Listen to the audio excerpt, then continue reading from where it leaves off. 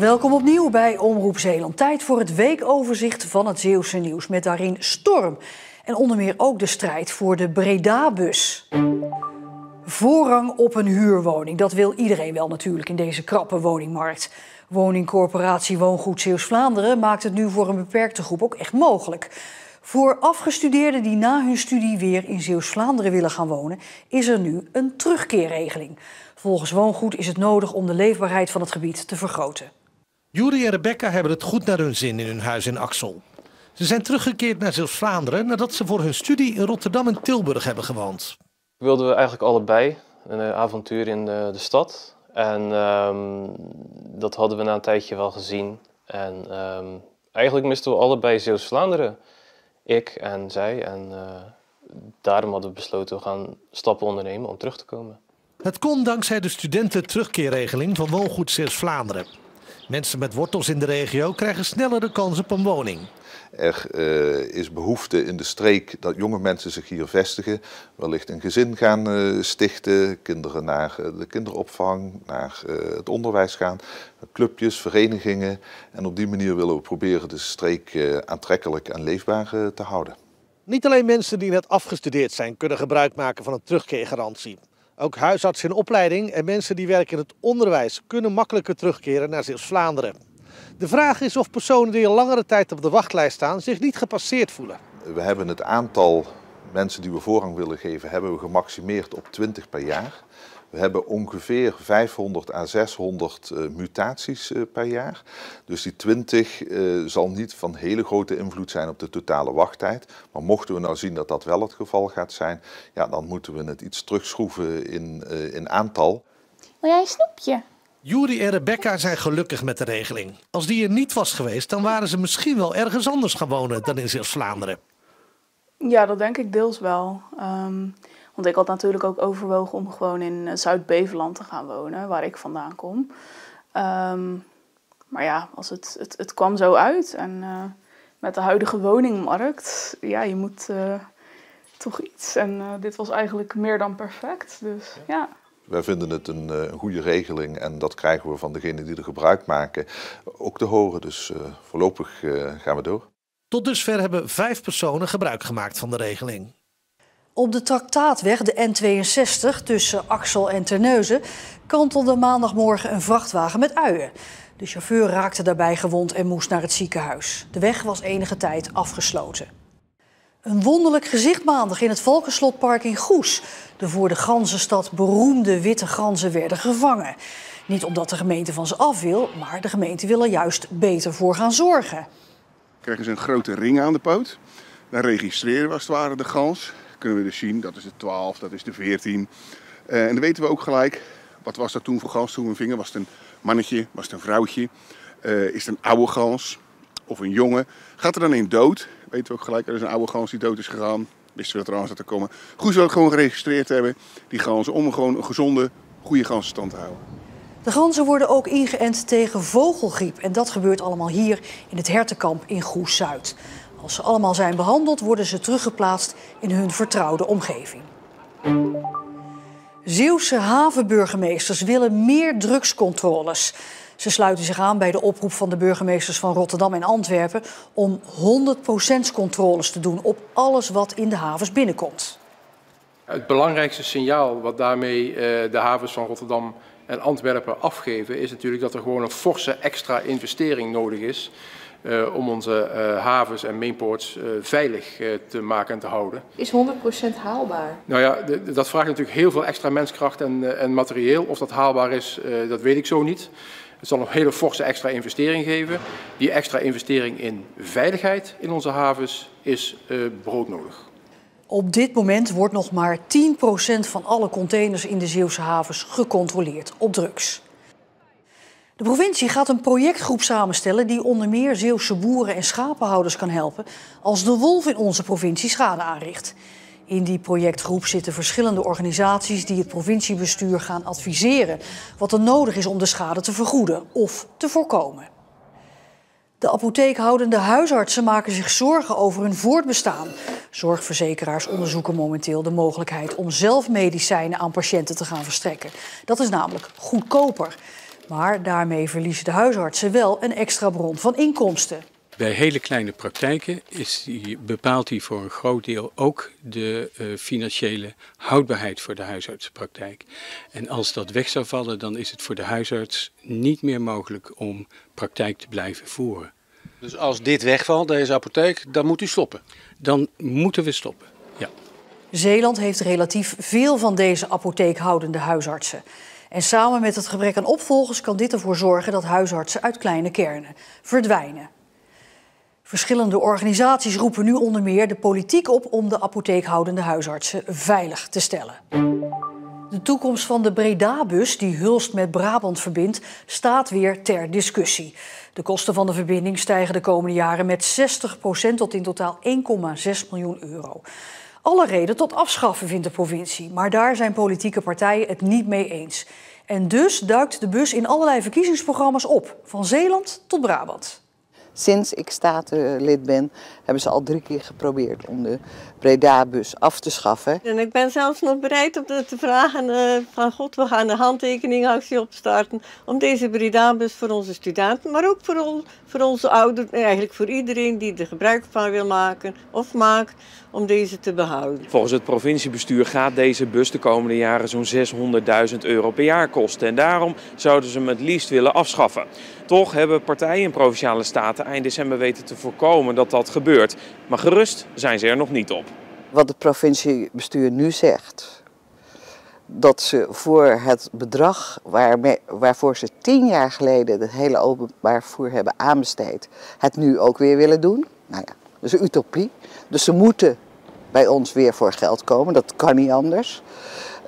En dan komt de discussie, is de meerderheid van de Staten nog steeds bereid om het bedrag wat het gaat kosten er ook voor uit te geven. Wat vindt u ervan dat hij al 3 keer op de schopstoel heeft gezeten, die Breda-bus? Dat vind ik diep en diep triest. Echt waar, dat vind ik diep en diep triest. Want volgens Nijskens zorgt de bus ervoor dat jongeren de binding met Zeeuws-Vlaanderen houden, ook als ze in Breda op kamers zitten. Omdat ze dan ieder weekend naar huis kunnen en dan blijven ze hier bij een voetbalclub, een tafeltennisvereniging of een tennisvereniging. En dan gaan ze zondagavond of maandagmorgen om 6:30 met de eerste bus weer terug richting Brabant. Met de gemeenteraadsverkiezingen in zicht roeren ook de lokale partijen zich. Zo komt de Breda-bus in meerdere verkiezingsprogramma's voor. En het beperkt zich niet alleen tot Zeeuws-Vlaanderen. Zo komt er steun uit Breda zelf. De nieuwe lokale partijlijst Pim Fortuyn Breda heeft de bus en het belang ervan opgenomen in haar verkiezingsprogramma. Wat je ziet is dat Zeeuws-Vlaanderen aardig wat studenten heeft die gebruik maken van de Breda-bus om in Breda of Tilburg of eventueel verder nog te reizen. Het is toch wel fijn dat studenten uit onze eigen regio, en daar schaar ik dan Zeeuws-Vlaanderen ook maar even onder, dat die gewoon terecht kunnen hier voor een goede opleiding. Terug in Hulst bij raadslid Nijskens, want het is uiteindelijk de Zeeuwse politiek die er wat aan kan doen. Tot nu toe kostte de bus 1 miljoen per jaar. Volgens het provinciebestuur komt daar de komende jaren 600.000 euro per jaar extra bij. Toch doet Nijskens een dringende oproep. Dat de provincie naar ons luistert en middelen zoekt om deze Breda-bus in stand te houden. En als dat niet gebeurt, dan gaan we de bevolking mobiliseren, denk ik. Voorlopig blijft lijn 19 dus gewoon nog rijden. Maar de vraag is wel, wanneer steekt de discussie weer de kop op? Want met kosten van 600.000 euro per jaar en een provinciebestuur dat die kosten het liefst ziet verdwijnen, komt die discussie gegarandeerd terug. Een echte winter met schaatsdagen lijkt er de komende tijd niet meer in te zitten. En in Scherpenisse verwachten ze ook niet dat er dit jaar nog geschaatst kan worden. En daarom laten ze daar de met water gevulde ijsbaan weer leeglopen. Het water verdwijnt niet in het riool, maar gaat via een sloot naar het bassin van een fruitteler in de buurt. Het waterschap heeft me gisteren gebeld en zei: André, je bent je bassin aan het vullen. Als wij nou de schaatsbaan laten leeglopen, zorgen dat je pomp klaar staat, dan kun je het water meenemen. Dat is gewoon prachtig, machtig om dat te kunnen doen. Het bassin is bedoeld voor de beregening van zijn perenbomen, maar Alkema staat ervoor open om het bassin ook voor andere doelen te gebruiken. Maar misschien dat we volgend jaar hier wel onze eigen schaatsbaan kunnen maken. Of misschien het nieuwe jaar beginnen met een nieuwjaarsduik.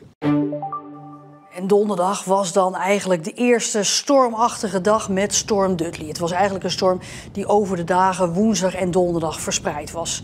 Ja, sommige mensen vinden zo'n storm juist heerlijk, zoals de kitesurfers bij de Oesterdam. Je kan lekker hoge sprongen maken. Dat geeft de kikker natuurlijk. Als het niet zo hard waait, dan kom je ook niet zo heel hoog. En met die harde wind, ja, dan kom je een pak hoger en dat geeft altijd de grootste kick. Als je maar wel weet wat je doet, probeer alles zoveel mogelijk in te perken. Dat je goed materiaal hebt, dat je lijnen zijn gecontroleerd, dat je geen... Ja, dat je veilig het water op gaat en dat je skills goed zijn natuurlijk. De kiters weten wel raad met zware stormen. Dat zijn de leuke dagen, ja, absoluut. Ja. De gemeenteraad van Terneuzen is donderdagavond bijgepraat over alweer een plan om de vervallen binnenstad van Terneuzen aan te pakken. De gemeente wil er 17 miljoen euro insteken, waardoor de stad in ieder geval een stuk groener moet worden. Welkom in Terneuzen 2030. Over 8 à 9 jaar moet het er ongeveer zo uit gaan zien. Veel groen, weinig grijs. Dat kost miljoenen, opgehoest door ondernemers en bedrijven. Met daarnaast nog die 17 miljoen euro van de gemeente. Financieel technisch zitten wij er heel goed bij de komende 4 jaar. Dat heb ik al een paar keer gezegd, maar de winstwaarschuwing die blijf ik als wethouder financiën afgeven. Dus wij zullen met elkaar keuzes moeten maken. Want er moet nog een compleet nieuwe middelbare school uit de grond gestampt gaan worden. Kosten 50 miljoen euro. En dan is er ook nog dat ene dossier dat bijna alle gemeenten parten speelt. Het sociaal domein, waar wij best wel een tijd gedacht hebben dat onze nieuwe regering ons daarin mee ging nemen. Dat zij de gemeentes daar in ieder geval tegemoet zouden kunnen komen. En we komen tot de ontdekking dat er op het jeugdbeleid bij wijze van spreken een korting aan zit te komen over een paar jaar. In plaats van een structurele bijdrage vanuit het Rijk. En die keuzes moeten gemaakt worden door de nieuwe raad en het nieuwe gemeentebestuur. Waarvoor er over 4 weken verkiezingen zijn. Wij geven dit mee aan de nieuwe raad. Ga ermee aan de gang. We hebben hier echt een impuls nodig. En het is goed dat er aandacht wordt aan besteed. Want ik zeg altijd zo, als je altijd maar blijft denken dat je een dubbeltje bent, word je nooit een kwartje. Zijn er nog zaken waarvan u zegt van nou dat vinden wij nou echt concreet ook leuk voor de binnenstad? Natuurlijk de gordel van groen is natuurlijk prachtig. Voor mij persoonlijk dat het arsenaal weer een mooie functie gaat krijgen als muziektempel. Als je mij vraagt van hoe zou die oude binnenstad eruit moeten zien, dan refereer ik toch altijd aan dit mooie stukje Terneuzen van hoe het ook kan. Hè? Wat ik verder heel erg goed vind is toch die aandacht voor die woningbouw. Dat men toch gaat kijken naar een diversere groep mensen. Enerzijds jonge expats, gezinnen, maar ook voor de ouderen. Een grotere hoeveelheid in het aanbod. Ertoe gaat leiden dat er meer mensen komen wonen en dus ook hier vertoeven en ook hun geld uitgeven. Ik vind het heel realistisch. Het is geen luchtfietserij. Iedereen heeft zijn input kunnen hebben en ik denk dat dat ook anders is dan anders. Als er een plan ligt en je mag daarna je mening geven, ja, dan ligt het er al. Is het veel moeilijker om te veranderen. En nu is het echt een samenspel van alle partijen, echt alle partijen. En dat maakt het heel sterk, denk ik. En dat brengt ook die positieve sfeer met zich mee in de oppositie? Ja, dat denk ik wel. Ja, tuurlijk. Ja, want dan heeft iedereen zijn bijdrage kunnen geven. Samen. Samen, precies. Samen sterk. Het Openbaar Ministerie wil de TBS met dwangverpleging van een 35-jarige vrouw met een jaar verlengen. De vrouw stak een paar jaar geleden een 26-jarige medebewoner dood in een begeleid wonenproject van Emergis in Middelburg. De twee hadden een relatie met elkaar, maar kregen ruzie. Na storm Dudley kwam vrijdag het echte werk, storm Eunice. Windkracht 10 in nagenoeg heel Zeeland. En aan de kust werden windstoten gemeten tot ruim 130 km per uur. Het KNMI had dan ook code rood afgekondigd. En van Rijkswaterstaat kwam het advies om niet de weg op te gaan. Scholen stuurden hun leerlingen aan het einde van de ochtend al naar huis, zodat ze veilig thuis konden komen voordat de storm op zijn hevigst zou zijn. Bussen en treinen lagen sinds vrijdagmiddag stil. En weekmarkten in Terneuzen en Vlissingen stopten eerder. Er was extra dijkbewaking en halverwege de vrijdagmiddag ging ook de Oosterscheldekering dicht voor het wegverkeer. Verslaggever Mark van Dam stond aan de Westerschelde op de dijk bij Vlissingen. Ja, het is windkracht 10 gemiddelde snelheid gemeten hier. De hoogste uitschieter in Vlissingen is inmiddels 134 km per uur. En dat is de ene hoogste windstoot die in heel Nederland gemeten is. Ja, het is een toeristische trekpleister van formaat. Want er komen heel wat mensen op af die proberen zich hier staande te houden. Foto's en filmpjes te maken. Maar het leidt natuurlijk ook tot veel overlast en zeker voor het verkeer. De hele dag waren mensen bezig zich voor te bereiden op de storm. Zoals op een vakantiepark in Kamperland. Ja, we hebben natuurlijk al wat waarschuwingen gehad door Corrie en eergisteren. En wat er voor vandaag is aangekondigd, dat schijnt nog een tandje erbovenop te zijn. En ik heb liever containers die ze beschermen dan containers om de rotzooi op te ruimen. de containers heeft u voor de zekerheid ook maar met puin laten vullen, want anders gaan die containers er vandoor. Ja, zeg maar, het bedrijf wat de containers heeft geplaatst, die heeft gezegd van nou jongens, het zijn stevige jongens, maar we willen niet dat de container straks op de tent ligt. Dus er zit ook nog aanzienlijk wat puin in als ballast. Bent u bang voor schade op andere plekken? Nou ja, bang is een groot woord. Tuurlijk, we hebben alles professioneel laten aanleggen. Het is getest, het is weerbestendig.